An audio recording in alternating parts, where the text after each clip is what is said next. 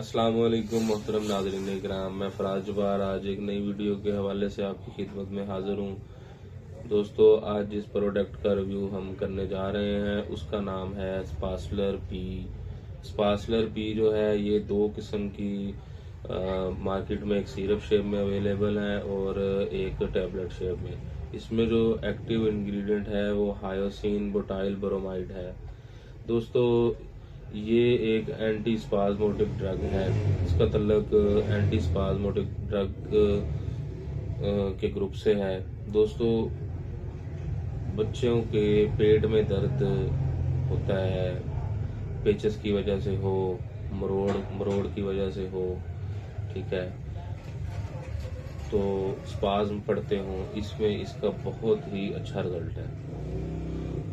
औरतों में माहवारी के दर्द में इसका बहुत अच्छा रिजल्ट है।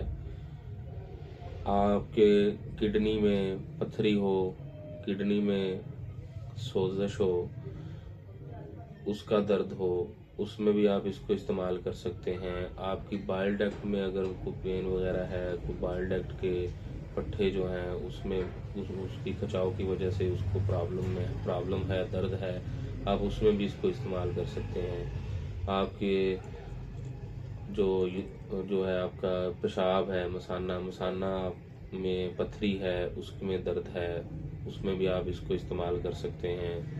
आपका जो मिद्दे का दर्द है उसमें भी आप इसको इस्तेमाल कर सकते हैं। उसके अलावा जो है ये आपके जो किडनीज हैं, किडनीज में पथरी की वजह से दर्द है या वैसे किसी वजह से दर्द है किडनी में, तो आप इसको इस्तेमाल कर सकते हैं। ये बहुत दर्द को रिलीव करने में बहुत हेल्पफुल सिरप और टैबलेट है। दोस्तों, अब आते हैं इसकी डोज की तरफ। इसकी डोज जो है, अगर बच्चा 6 साल से कम उम्र का है तो आप उसको 1 चम्मच सुबह और 1 शाम इस्तेमाल करवा सकते हैं।